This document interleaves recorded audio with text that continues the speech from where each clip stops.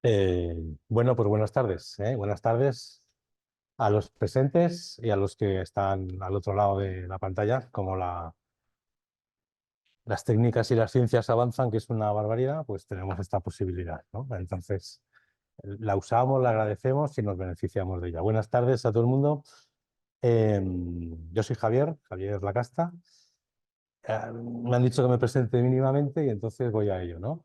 Soy seglar, soy padre de familia, tengo dos hijos, una mujer, lógicamente, un perro, familia, hermanas, bien. Trabajo actualmente como profesor de religión en institutos, en secundaria, en la ESO.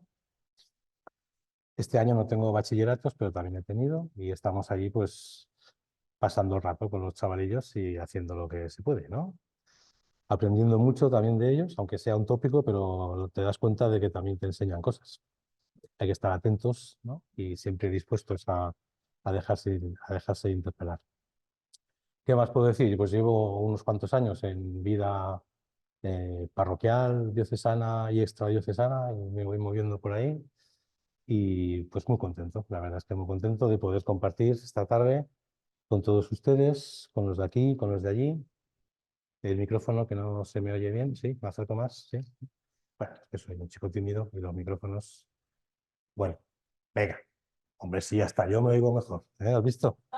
Fenomenal. Pues eso estábamos diciendo. Entonces compartimos un poquito. Y en este seminario que hay sobre doctrina social de la Iglesia, a mí me han pedido que hable un poquito sobre el bien común y sobre el destino universal de los bienes. Venga, lo primero que vamos a hacer, yo les pido un favor y un esfuerzo, ¿de acuerdo? Bueno, un esfuerzo. Perdón, porque no sé si es esfuerzo o no, pero yo siempre mis clases con los chavales siempre las empezamos con unos minutitos de silencio, de interiorización, de relajación. Hay muchos que después de unos cuantos años aún están riéndose porque no se acostumbran, pero hay otros que se lo toman en serio y hay gente que incluso dice que le sienta bien y que le gusta, ¿no? Entonces, lo que les pido es simplemente un minutito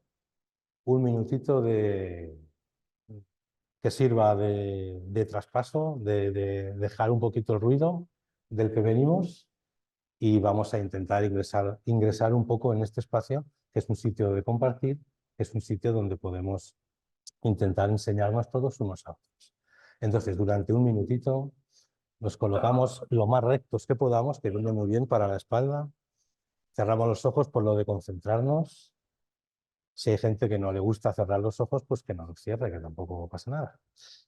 Y tenemos ese minutito en el que simplemente respiramos, agradecemos la vida que entra en nuestros pulmones y la dejamos salir poniendo algo de nosotros en ella, esperando que llegue a los demás.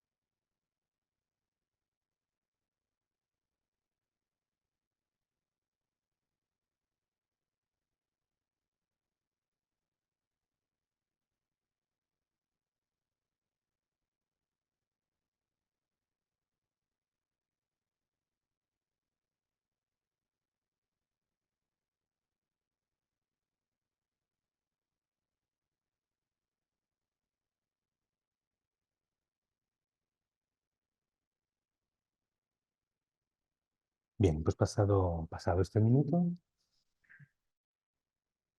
nos situamos en el seminario de doctrina social de la Iglesia. La semana pasada, en la última jornada, ya les hablaron de la dignidad de la persona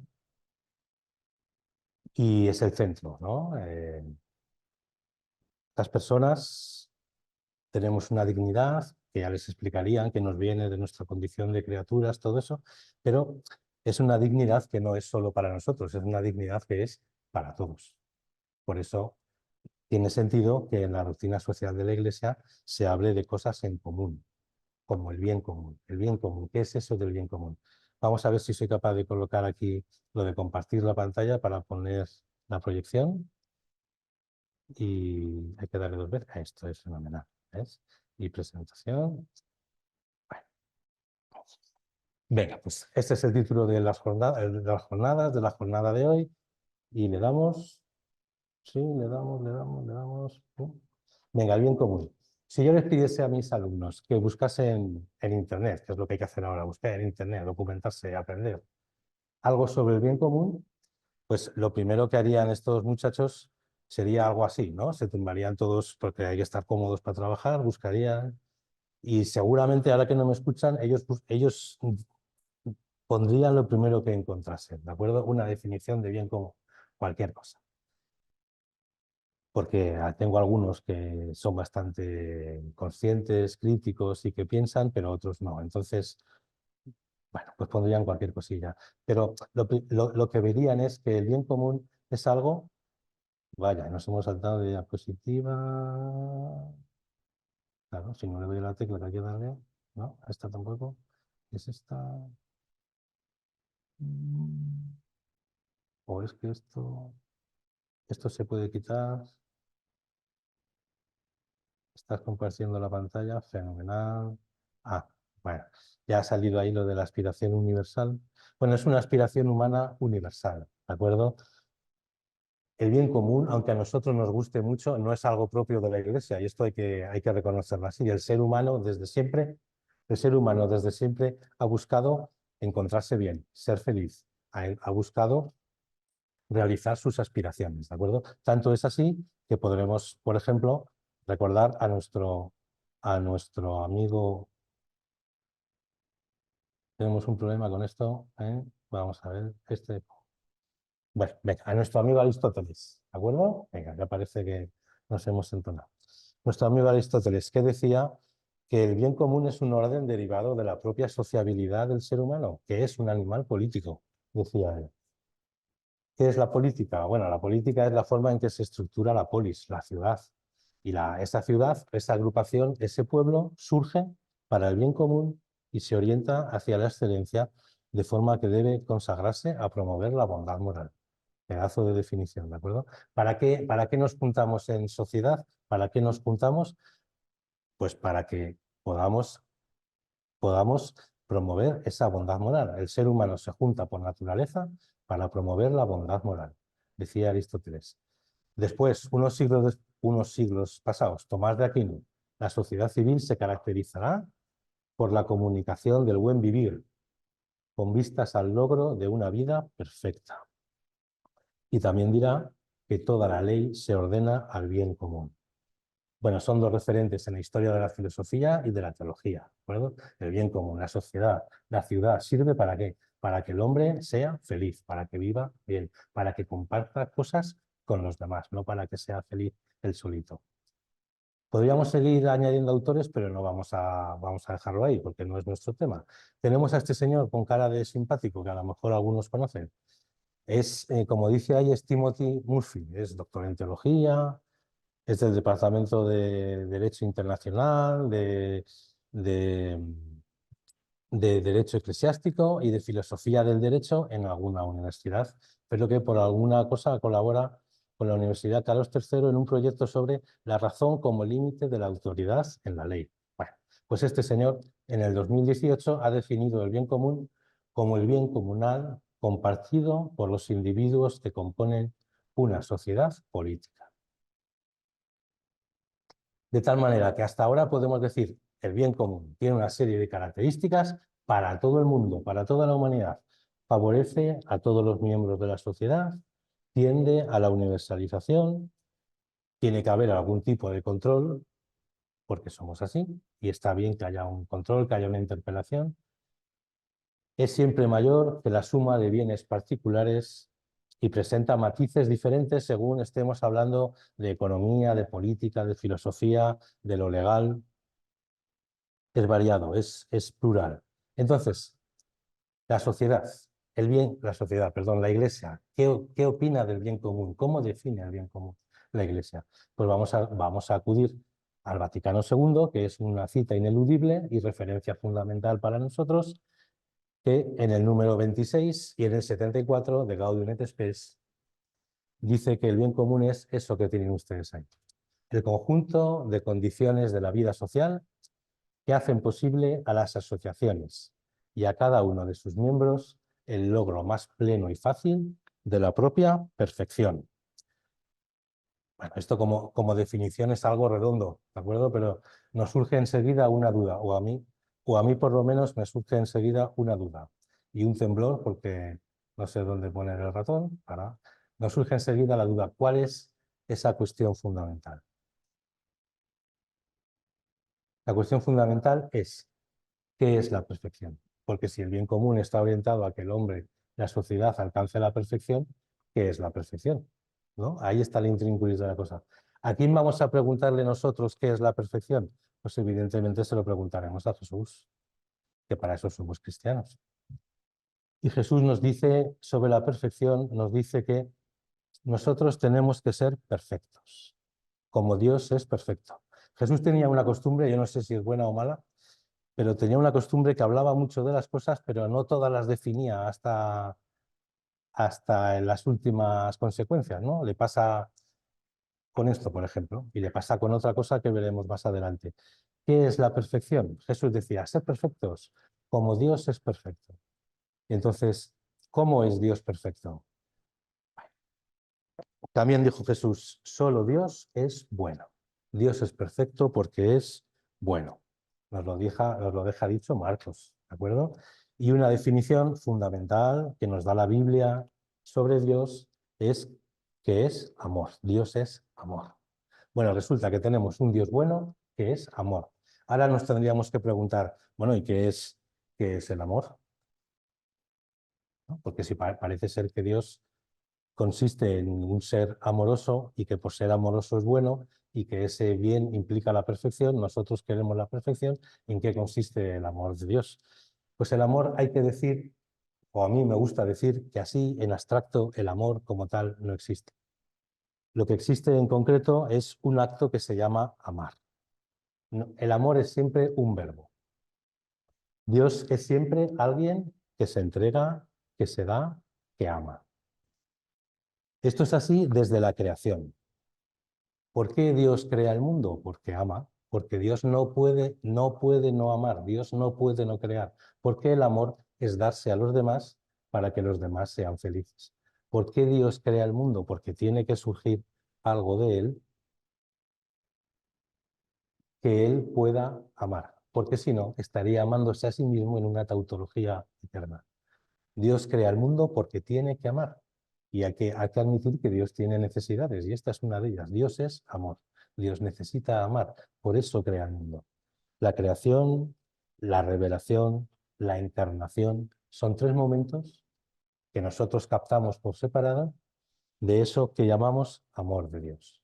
Todo esto en una palabra se define como kenosis, que es una palabra griega que significa vaciamiento y que San Pablo la utiliza para decir pues, cómo Dios se desprende de su ser Dios, cómo Dios deja de ser Dios, cómo Dios se hace aquello que no es hasta llegar a ser un ser humano. ¿De acuerdo? Y esto lo subrayará después con gran fuerza Juan cuando hable de la encarnación.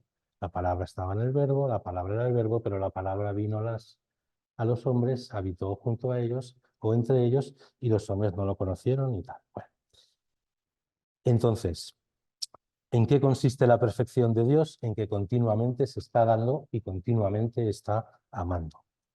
Venga, entonces, ¿la perfección qué será? La perfección será la condición imprescindible para que no exista traba ninguna en que el hombre pueda hacer lo mismo. ¿Qué es el bien común entonces? Es esa situación en la que nadie tenga obstáculos para salir de sí, para entregarse a los demás. Es un encuentro entre los hombres, entre los seres humanos, donde es posible que todos demos lo mejor de nosotros mismos para construir algo nuevo y diferente. Eso es el bien común. La perfección consistirá en ser como Dios.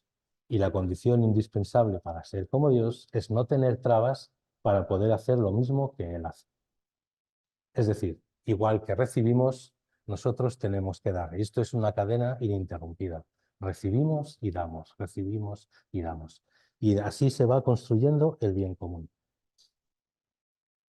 Esa es la perfección divina que nosotros estamos llamados a imitar para construir el bien común.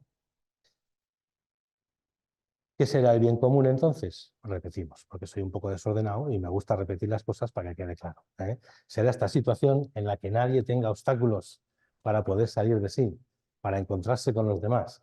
Es un encuentro donde es posible crear una realidad diferente, diferente a la mera agregación de la suma de todos los bienes, porque ya veremos que el bien común no solo es el bien de uno, el bien tuyo más el bien tuyo más el bien tuyo, sino que es un bien común que se establece entre todos, que es esta situación.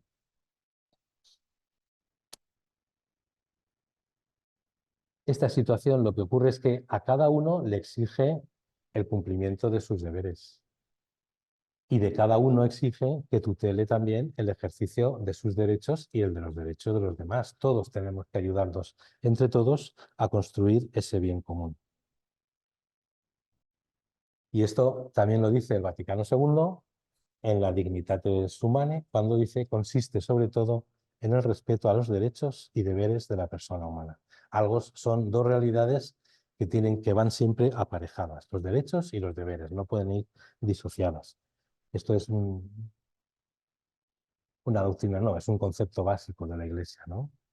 El compendio de la doctrina social de la Iglesia dice el bien común, búsqueda incesante de manera práctica y no solo ideal del bien, es decir, del sentido y de la verdad que se encuentran en las formas de vida social existentes. Práctica, cuando hablamos de práctica, enseguida nos viene a la cabeza, o a mí por lo menos me viene a la cabeza, que el bien común se construye en el día a día, en la cosa práctica, algo que nosotros hemos llamado política, pero que hay que entenderlo en sentido amplio, en sentido abierto, no solo una política partidista, ¿no? O una política de la que sale en la televisión, que a veces dan espectáculos pues poco edificantes, ¿no? Sino que es, bueno, pues una construcción práctica. Todos nosotros tenemos que implicarnos en la medida de lo que podamos en la construcción de la polis, como decía Aristóteles, en la construcción de la ciudad, como decía Santo Tomás, y eso es algo político.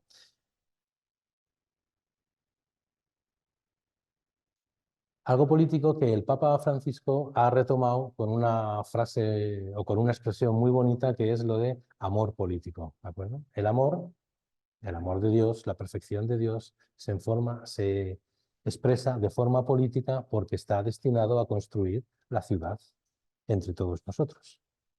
No tengamos ese concepto de política reductivista, ¿no? Esto estaba ya en la Gaudium et Spes, está en la Evangelii Gaudium de Francisco y en la Fratelli Tutti también de Francisco. Y evidentemente es una interpelación a nuestra responsabilidad personal, ¿eh? Nadie está exento de colaborar, según sus propias capacidades, en la consecución o en el desarrollo del bien común. Nos lo recuerda el compendio, nos lo dice también la Octogésima Venias de Pablo VI, y el dibujito me gusta porque, bueno, ahí cada uno pone la mano donde puede y cuando puede para que se detenga la caída de las piezas, ¿no? Si no, todo es una cosa encadenada que va cayendo y no ponemos nunca remedio. Pues si no haya quedado claro, que a lo mejor no ha quedado claro porque yo soy así un poco torpe, pero la cuestión es que el bien común es algo que afecta a la totalidad de la persona. Toda la persona tiene que sentirse implicada en esta construcción de algo nuevo, de algo diferente. Y eso además significa, y esto es también interpelador, significa que esa es una realidad que se puede educar.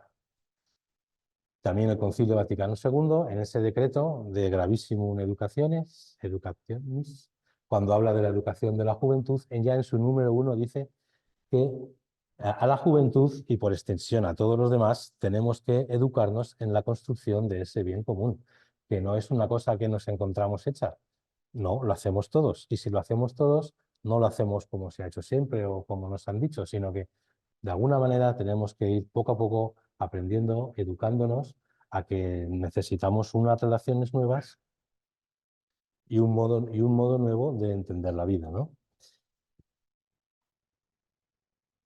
Tiene también una dimensión trascendente, porque hablar de bien común está fenomenal, como venimos diciendo, yo creo que es una cosa muy chula y que es muy potente, pero tiene una dimensión trascendente. ¿Para qué? Pues para no quedarnos un poco en la simple dimensión histórica, ¿de acuerdo? Esta dimensión trascendente excede y da cumplimiento a esa dimensión histórica. Lo dice el compendio, lo vuelve a decir la 80ª Advenians, y no se limita solo a una consecución de un logro material, sino que el ser humano realmente construyendo el bien común está construyendo algo nuevo, algo diferente, algo que sale de sí, algo que recoge de la tradición, algo que se abre al futuro, algo que pone en brazos, en manos de Dios como ofrenda, algo que pone también en manos de las nuevas generaciones, algo que realmente merezca la pena, ¿no? La vida del ser humano merece la pena cuando se vive con esta proyección y con esta apertura.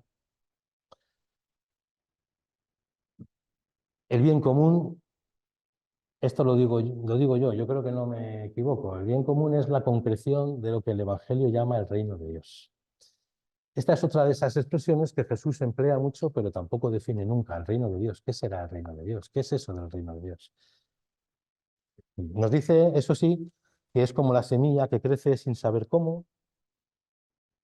Nos dice que nos desborda en todo momento, que realmente siempre nos sorprende, que nos deja un poco patidifusos, que no sabemos muy bien cómo tomárnoslo, porque en el fondo yo creo, humildemente, creo que tenemos una idea preconcebida de Dios, tenemos una idea preconcebida de lo que debería ser el reino de Dios, y cuando lo vemos realmente borbotear y pulular, pues no lo reconocemos. Y nos pasa algo parecido a lo que le ocurría al personaje de la película de Star Wars. No sé si ustedes la conocen, pero brevemente hay un personaje de la película que no es este, que es un gran guerrero, un gran luchador, que va buscando a un maestro que le enseñe a luchar, ¿no? Y él está esperando encontrar un gran guerrero, está esperando encontrar un tío grandote, fuerte, y lo que se encuentra es a este personaje que se llama Yoda, que él en principio no identifica para nada con ese gran maestro, pero que resulta que sí que es, ¿de acuerdo?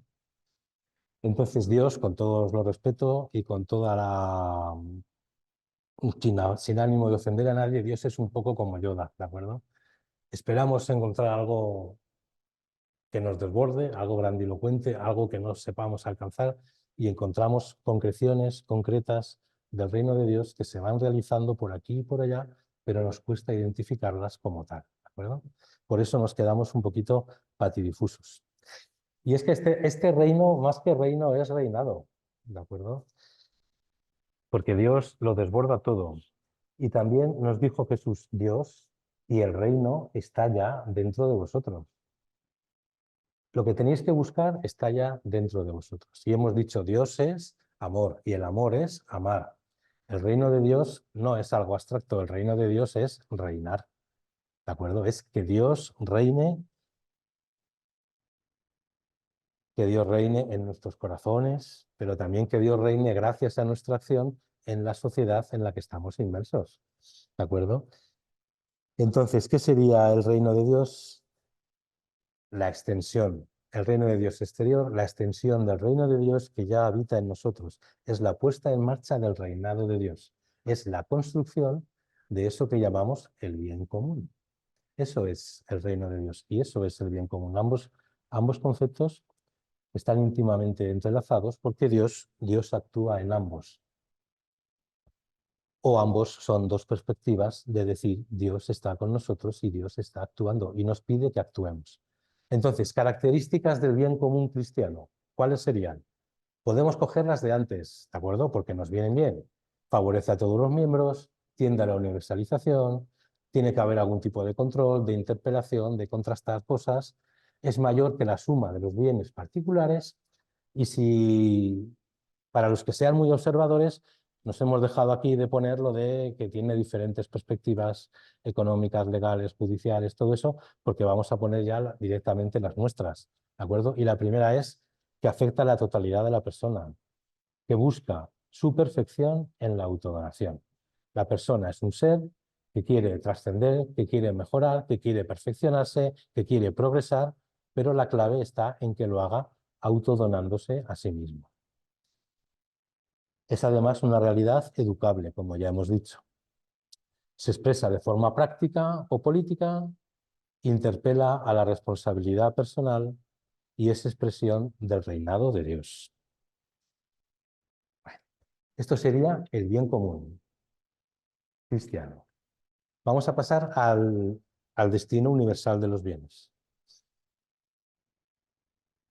Destino universal de los bienes. Si yo les pido a los mismos chavales de clase de antes, les pido, venga, ahora en vez del bien común, vamos a buscar el destino universal de los bienes. Y lo primero que se encontrarán es que realmente esto sí que es algo propio de la teología y de la doctrina social católica. Según en qué páginas busques, no pondrán católica o pondrán cristiana, pero, bueno, pero es algo propio de la Iglesia. ¿De acuerdo? Es algo nuestro. El destino universal de los bienes es algo nuestro. Y esto es evidente. ¿Por qué? Porque para pensar que algo tiene un destino, hay que pensar inevitablemente que tiene un principio. ¿De acuerdo? Esto es, como ya supongo, es una representación del Big Bang, ¿no? El origen del universo. Nosotros estaríamos en la parte de aquí, en esta parte final, y aquí al principio hay algo que no se sabe lo que es. Bueno, no vamos a entrar ahora a explicar el Big Bang, pero la cuestión es que nosotros los cristianos pensamos que allí hay algo, hay un origen.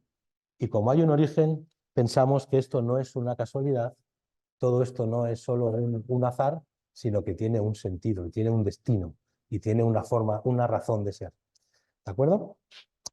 Venga, pues, ¿por qué el destino universal de los bienes es propio de la teología y de la reflexión cristiana? Porque la teología y la reflexión cristiana está convencida de que todo esto tiene un origen. Y como tiene un origen, tiene que tener un final. Y yo les propongo que juguemos un ratito, si quieren, si les apetece. Cifras y letras. Es un concurso de la tele, pero solo letras, porque yo en cifras soy muy malo, ¿de acuerdo? Entonces, solo en letras, tenemos aquí estas letras. ¿Alguien sería capaz de formar una palabra por lo menos con estas letras? Se pueden formar dos, a lo mejor más, pero yo he cogido dos. ¿Perdón? Dios sería una, sí, es verdad, también. Pero con todas ellas hemos hecho la de destino, ¿no? Que es la primera de la que estamos hablando, destino, fantástico. ¿Y cuál sería otra palabra que se podría formar aquí? Sentido, fenomenal. Sentido y destino, ¿de acuerdo? Son dos palabras, a mí me gustan los juegos de letras, a veces ayudan, a veces confunden más, ¿de acuerdo? Pero bueno, el destino y el sentido están siempre entrelazados, están siempre unidos. De tal manera que el destino es el sentido y viceversa, el sentido es el destino. Y tú dirás, ¿y para qué me pones esto en amarillo si no se ve ahí en el fondo blanco? Pues se lo pongo por eso, ¿de acuerdo? ¿Por qué? Pues porque el ejemplo típico, o no solo el ejemplo, sino que el argumento, el sujeto que siempre se utiliza para hablar de esto es la Tierra. La Tierra es uno de los grandes bienes que tenemos los humanos, ¿de acuerdo? El bien que para muchos sería el bien por excelencia.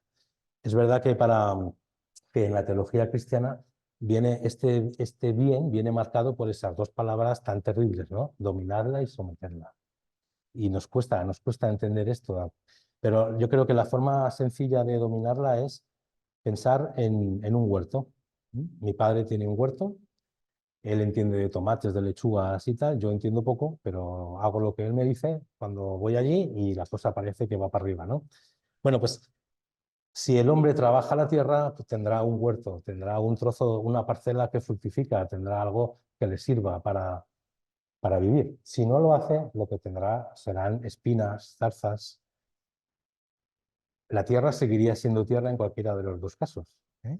Tendríamos en el lado de las zarzas una tierra completamente libre, salvaje y no educada, vamos a decirlo así, y en el otro lado tenemos una tierra que no es que haya sido dominada, ha sido educada, ha sido trabajada, porque el trabajo del hombre también es importante, ¿no? Hemos trabajado con la tierra, hemos colaborado con ella y nos ha dado sus frutos, ¿de acuerdo? Por lo tanto, la tierra hay que cuidarla, no hay que dominarla y agostarla como si fuese una cosa que no tiene fin. Pero bueno, imagino que de esto nos hablarán el día que te toque la ecología, pero bueno, pero ahí está, ¿no? El destino universal de los bienes, la tierra es el gran sujeto, el gran bien que se nos regala y tenemos que hacerlo fructificar, tenemos que hacerlo que sea útil para todos, ahí está la cosa.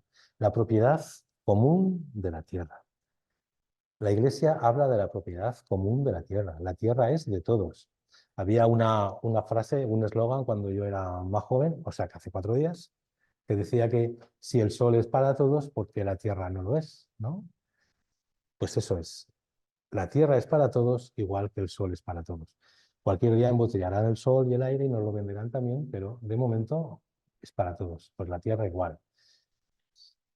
Y la Populorum Progressio nos dice que el destino universal subordina esa propiedad común, subordina a esa propiedad común todos los derechos, incluidos los de propiedad y de comercio libre, que no deben estorbar, sino antes, al contrario, facilitar su realización. Y es un deber social grave y urgente hacerlos volver a su finalidad primera,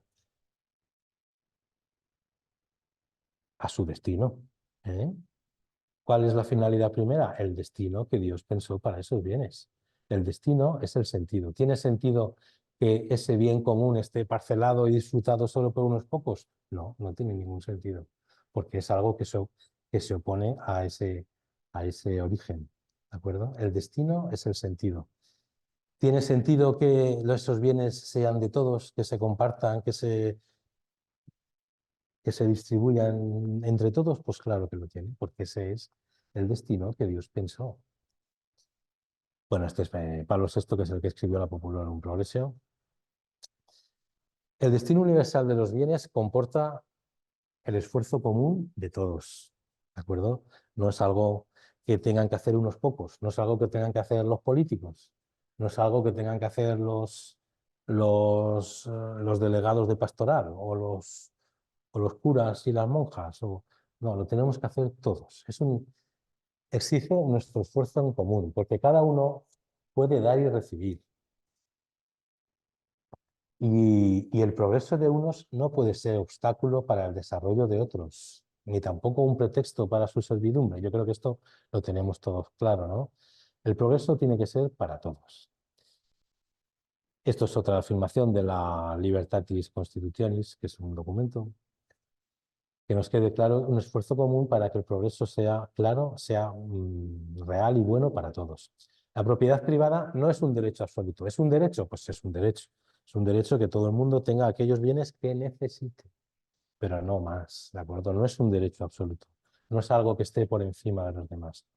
Solo puede ser considerado como un derecho natural secundario y derivado de ese principio universal de los bienes creados. Esto nos lo recuerda Francisco en la Fratelli Tutti, o sea, esto sí que es de hace 4 días. Y ahí tenemos la Junta de Francisco, pues si no lo conocen, no lo han visto nunca, ahí está. Venga. Y esto es algo propio de la tradición de la Iglesia. Esto no es una cosa que se ha inventado Francisco, ni se lo ha inventado el Vaticano II, es algo propio de la tradición de la Iglesia desde siempre. Tenemos en primer lugar, ahí a la izquierda, a don San Juan Crisóstomo, o Juan Crisóstomo, ¿de acuerdo? Que ya en aquella época decía algo como esto: no compartir con los pobres los propios bienes es robarles y quitarles la vida. No son nuestros los bienes que tenemos, sino suyos. No está mal así como afirmación, ¿no? Y el de la derecha es Gregorio Magno, que un poquito más tarde, un siglo más tarde, nos decía que cuando damos a los pobres las cosas indispensables, no les damos nuestras cosas, sino que les devolvemos lo que es suyo. Con lo cual, Gregorio ya está diciendo que si se lo devolvemos es porque a alguien, no vamos a ser nosotros, pero a alguien se lo ha quitado ya, ¿de acuerdo? Bueno, propio de la tradición de la Iglesia es que todo el mundo, los pobres dicen en estos casos, hablaremos luego de los pobres, tengan aquello que necesiten para vivir y que nosotros no tenemos que acumular más de lo necesario. También la doctrina dice que existen nuevos bienes, porque hemos hablado de la tierra, hemos hablado de la economía, pero existen nuevos bienes, la propiedad del conocimiento, la técnica, el saber. Tal como va avanzando el mundo, pues está claro que esto es una progresión no voy a decir infinita, pero es una cosa que va avanzando muy rápido. Eso también son bienes. También tenemos que tutelar que todo el mundo tenga derecho, acceso a esos bienes, que los pueda disfrutar. Junto a la tierra, el mayor recurso que recibe el ser humano es el mismo. Decíamos antes, la tierra es uno de los grandes bienes del ser humano. ¿Cuál es el otro gran bien del ser humano? Es él mismo.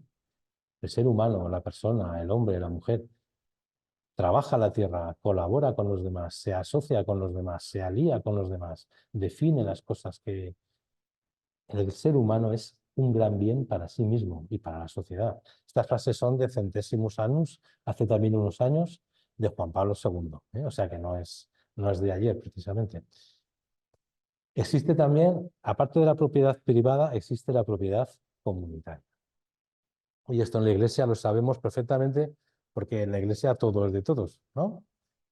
Entonces, esta propiedad comunitaria está llamada a evolucionar. Nos dice Gaudium et Spes en el número 69. Está llamada a evolucionar. ¿Esto qué significa? Sobre todo significa que, bueno, ahí ponía algo así como que está llamada a ser creativa, ¿de acuerdo? Está llamada a la evolución y esa evolución depende de nuestra creatividad.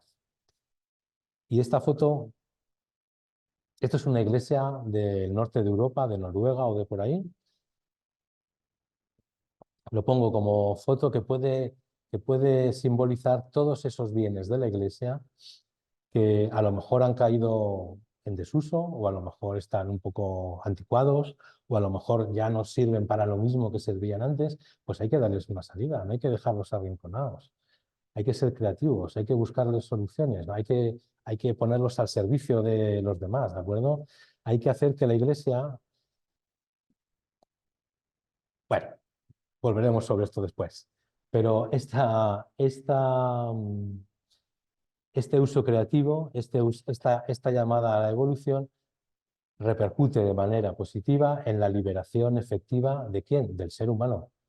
Porque aquel que idolatra sus propiedades resulta estar poseído y subyugado por ellas. Lo decía la solicitud Rei Socialis de Juan Pablo II, lo recuerda el compendio. Hay que liberar al hombre de esta esclavitud, de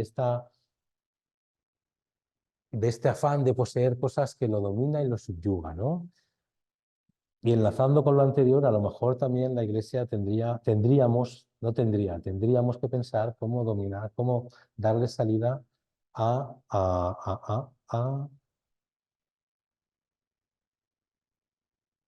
situaciones, a bienes, a instalaciones que tenemos un poco abandonadas. Es que, bueno, me he saltado una diapositiva, no sé por qué, pero bueno, estaba en relación con esto, hacer de la Iglesia un hospital de campaña, que dice también el Papa Francisco. ¿Cómo se hace un hospital de campaña de la Iglesia? Poniéndola por entero a disposición de los pobres.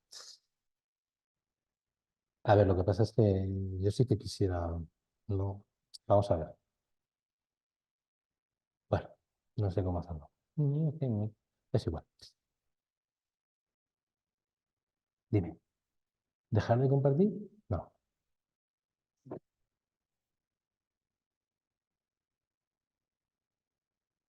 ¿Esto? Oye, qué bien, ¿cuánto sabemos? No, pues entonces, algo ha pasado. Habré borrado alguna diapositiva sin darme cuenta. Bueno, la opción por los pobres es igual. Decíamos, el destino universal de los bienes es algo universal, es algo común para todos, es algo que es una interpelación que nos hace la Iglesia y condiciona la propiedad privada, la pone al servicio de los demás, también la propiedad comunal y nos llama a ser creativos. Vamos a hablar de opción por los pobres por varias razones. Primera, porque está en el título del cursillo seminario y habrá que hablar. Para eso está en el título. Segunda, porque estamos hablando del bien común y del destino universal y es un buen momento para hacerlo. No quiere decir que otros no lo sean, porque imagino que cuando llegue el momento de hablar de la solidaridad, la subsidiariedad y la participación, pues también hablarán de la opción por los pobres. La opción por los pobres es... y la tercera razón importante y fundamental es porque es algo propio de la vida cristiana, como aparece en el Evangelio, ¿de acuerdo? El Dios cristiano es amor universal, lo hemos dicho antes, es amor que se da, pero no sé si se ve bien, pero no es un amor imparcial. ¿Qué quiere decir? ¿Que hay gente que ama, hay gente que no ama? No, ama a todos, pero no de forma imparcial. Entonces, ¿cómo ama a Dios? Dios ama de una forma que no es equidistante, no ama lo mismo a unos que a otros. Dios ama de una forma preferencial. Ama preferentemente a aquellos que más lo necesitan. Que nosotros identificamos con los pobres. Pobres en el Evangelio tiene un significado muy amplio, no son solo pobres económicos, que también. Pero en el Evangelio los pobres son también pecadores, sobre todo, son gente que son traidores a la patria porque han decidido ayudar a los romanos, son gente que vive su propia vida independientemente de la religiosidad oficial. Bueno, hay muchos pobres, pero hay pobres económicos, pobres pecadores, pobres sociales. Dios ama a todos. El Dios ama a todos de forma preferencial. Es decir, cuando Dios mira hacia abajo, perdón, mira hacia abajo utilizando un lenguaje así en pisos, que a lo mejor está ya un poco desfasado, pero nos entendemos todos bien. Cuando Dios mira hacia abajo, lo que ve es que hay gente que lo está pasando muy bien y gente que lo está pasando muy mal, como decía la parábola de Lázaro y Epulón, según la tradición.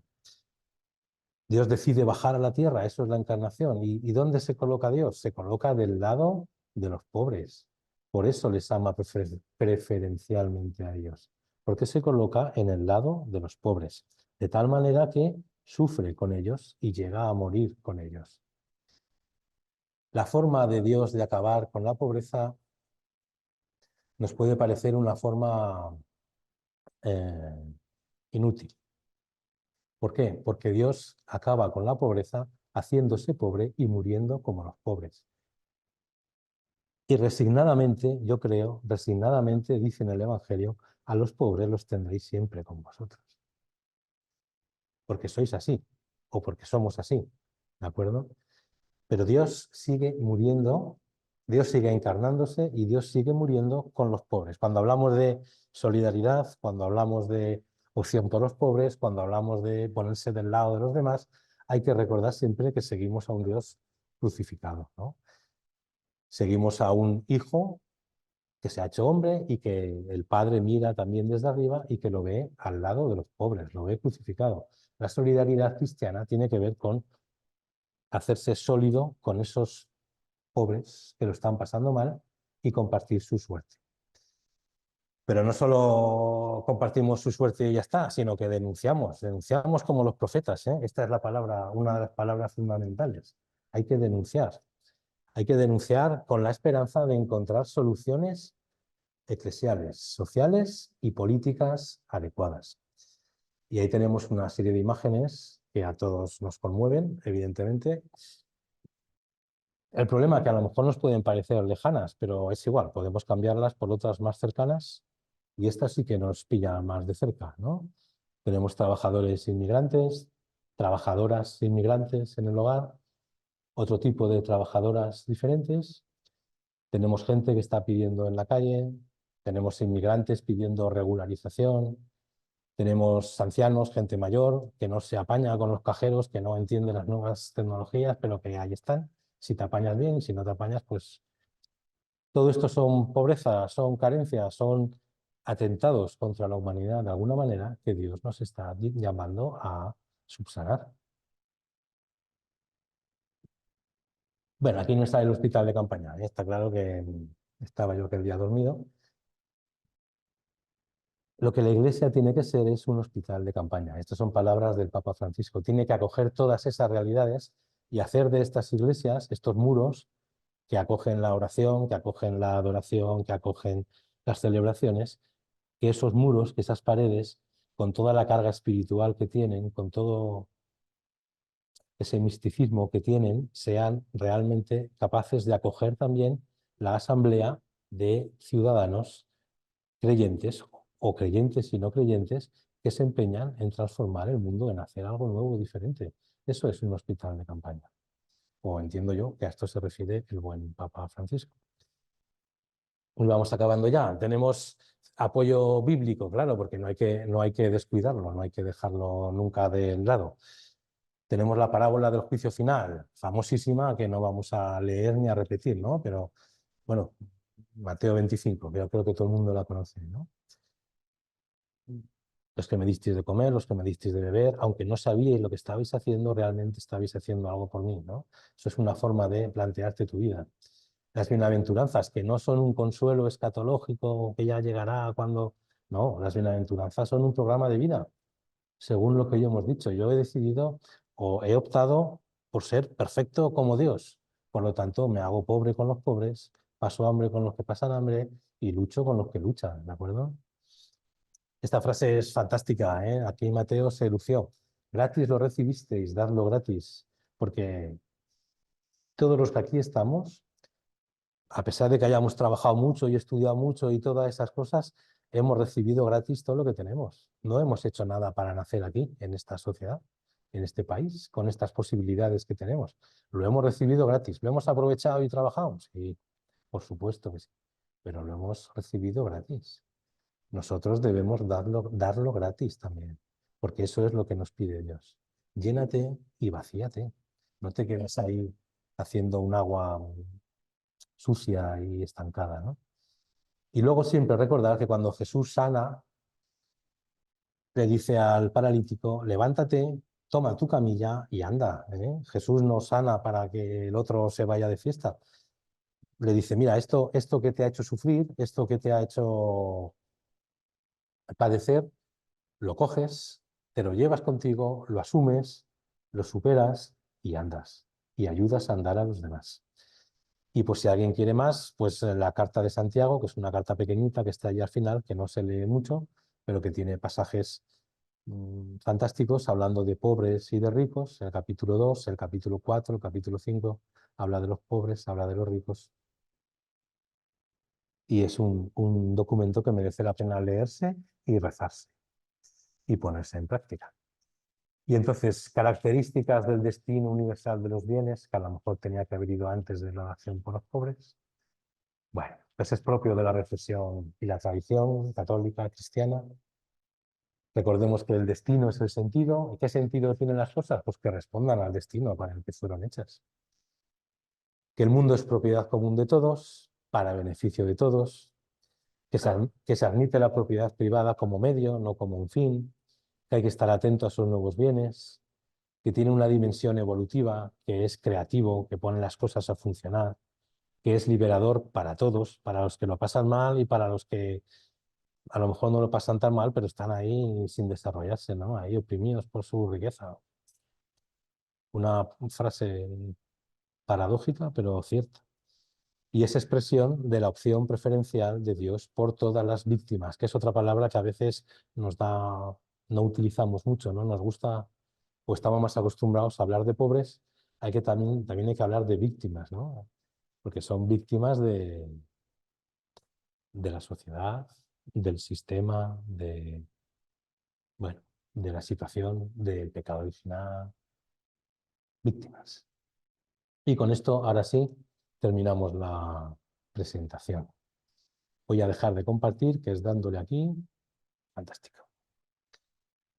Vale, esto sería la presentación que hemos preparado así un poco rápido, porque había que tener tiempo para trabajar en común, ¿de acuerdo? No sé si se hacen grupos aquí y cómo los hacemos. Como... A mí es que me gusta consultarlo todo, porque así metemos la pata dos por lo menos, no solo uno, ¿vale? Al azar, venga, pues al azar. Al azar. Vale, yo más que preguntas he preparado unos trabajillos, ¿de acuerdo? Unas tareillas para hacer, ¿eh? Si es posible, si da tiempo. Hay 4, no sé si dará tiempo a darlas todas. Si queréis, os las explico, os digo de qué van y a cada grupo al azar elige la que mejor le va, la que más le motive o lo que sea, ¿no? La primera sería hacer por grupos, como fuese un comentario de lo que de lo que hasta el momento he hablado aquí, pero que espero que hablemos un poco entre todos, ¿no? Intentar comentar lo que se ha dicho, ver qué aspectos ha habido pues, que no hemos acabado de entender, que nos falte por aclarar, porque a lo mejor entre todos nos podemos aclarar unos a otros, ¿no? Entonces, en ese grupo, pues si, perdona, María José, le dices a tu compañera, pues yo no he entendido esto, pues tu compañera te lo aclara, porque está ahí, es evidente que lo ha pillado todo, ¿eh? Te lo aclara y ya está, ¿no? Y entre todos vamos haciendo grupo y equipo, ¿de acuerdo? Y sería bueno, sería bonito, dudas, aclaraciones, cómo lo hemos solucionado y que luego se expusieran en el plenario, ¿no? Entre todos. Eso es una labor que se me ha ocurrido. La segunda, que intentemos definir. Un poco con lo que hemos hablado, vamos a intentar hacer definiciones, que siempre está bien ponerle el nombre a las cosas, ¿eh? Le digo a mis alumnos, Marianito, eres un pesado. Y está bien decir, soy un pesado. Venga, tío, pues vamos a definir cosas, ¿de acuerdo? ¿Qué cosas podríamos definir? Unas cuantas tenemos por definir. Podríamos intentar definir cómo entendemos nosotros el destino universal de los bienes. ¿Cómo entendemos el destino universal de los bienes? Ya lo hemos dicho. ¿Cómo definimos el bien común? ¿Cómo definimos lo que es un empresario? ¿De acuerdo? Según criterios cristianos del bien común, ¿qué sería un empresario? ¿Qué sería un trabajador? ¿Quién sería un buen trabajador cristiano? ¿De acuerdo?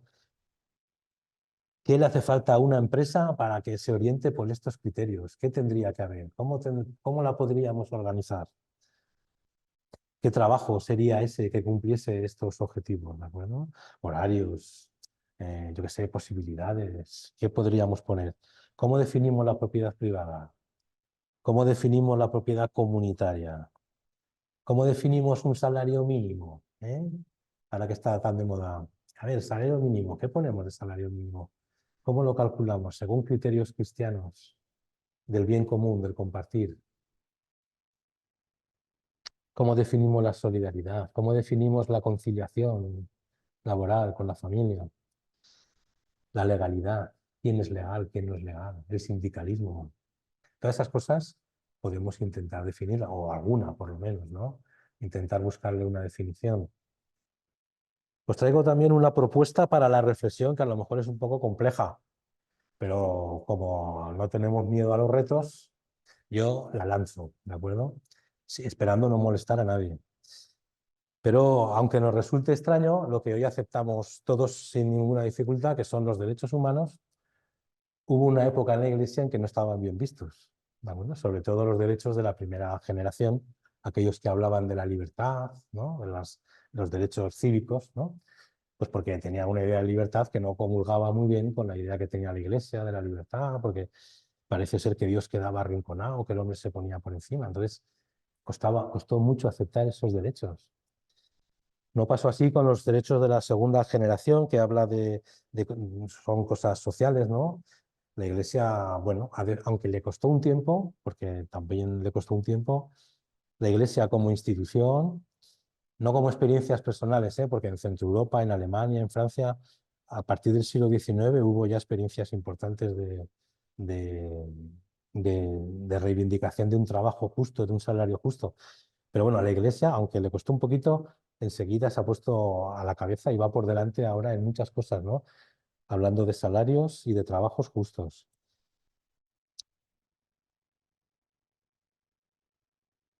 También se ha puesto mucho las pilas en los derechos de tercera generación, ¿no? Que son todos estos que tienen que ver con la solidaridad, ¿verdad? Bueno, entonces, la reflexión es, aquello que costó tanto aceptar, ¿no podría ser que ahora nos esté pasando un poco lo mismo con esa cosa que se llama los objetivos del desarrollo sostenible, que en ciertos sectores de la Iglesia cuesta que entren, ¿no? Hablo de los objetivos del desarrollo sostenible, no de la Agenda 2030, porque la agenda a lo mejor podría ser más discutible en su totalidad, ¿no? Pero los objetivos, que son una cosa concreta, que se van definiendo y que se van concretando y que se están trabajando ya en los centros educativos y en muchos días, hay gente de Iglesia que todavía es muy reacia, ¿no? Pues por lo que sea, por ideología política, por filosofía, porque ve que no va con él. Bueno, aquello, no estaremos repitiendo la experiencia de aquella iglesia del siglo XIX que se opuso a aquellos derechos. Por un lado. Por otro lado, ¿qué sabemos de los objetivos de desarrollo sostenible? Nos hemos molestado en leerlos, en verlos un poquito, en ponernos un poco al día, en ver lo que dicen, en buscar cómo poder compaginarlo con la doctrina social. Esa sería la tercera, que a lo mejor es un poco más ardua, ¿eh? Pero bueno. Y la cuarta es una actividad práctica, esto ya es más sencillo, ¿de acuerdo? Esta la hemos hecho hasta con mis chavales, ¿de acuerdo? Consistiría en que cada uno intente averiguar así rápidamente en 3 minutos o 4 segundos, cada uno va a intentar averiguar dónde está fabricada la ropa que lleva, ¿de acuerdo? Entonces es tan sencillo como mirarse la etiqueta, si no está muy escondida y sin enseñarnos nada a nadie, pero bueno, intentar buscar la etiqueta, ver dónde se ha fabricado, en qué país está hecho y si es posible ver qué sabemos de ese país o a lo mejor si tenemos un móvil a mano, intentar ver pues, no sé, la situación económica de ese país, de tal manera que nos sirva para recapacitar y decir, mira, mis hábitos de consumo, mis hábitos más cotidianos, más diarios, tomo yo en consideración principios fundamentales. Me preocupo porque no haya estado trabajando gente en malas condiciones, porque no haya habido maltrato, porque no haya habido... ¿De acuerdo? Esas serían las 4 actividades que yo propongo. No sé si a las 4 a lo mejor son mucho, pero a lo mejor si un grupillo quiere hacer una, otro grupillo quiere hacer otra, y luego lo exponemos todo, y entre todos, por favor, nos contestamos a todos, porque, pues eso, esa sería la idea. Sí, hola, ¿qué tal? No sé, es que no sé qué me quieres decir. ¿Que le puedo dar a imprimir? ¿Al final? Ah, al final, oh, al final. Finalizamos aquí ya, finalizamos. Chao, chao. Hasta luego. Venga, pues finalizamos. Finalizar el seminario web para todos, ¿no?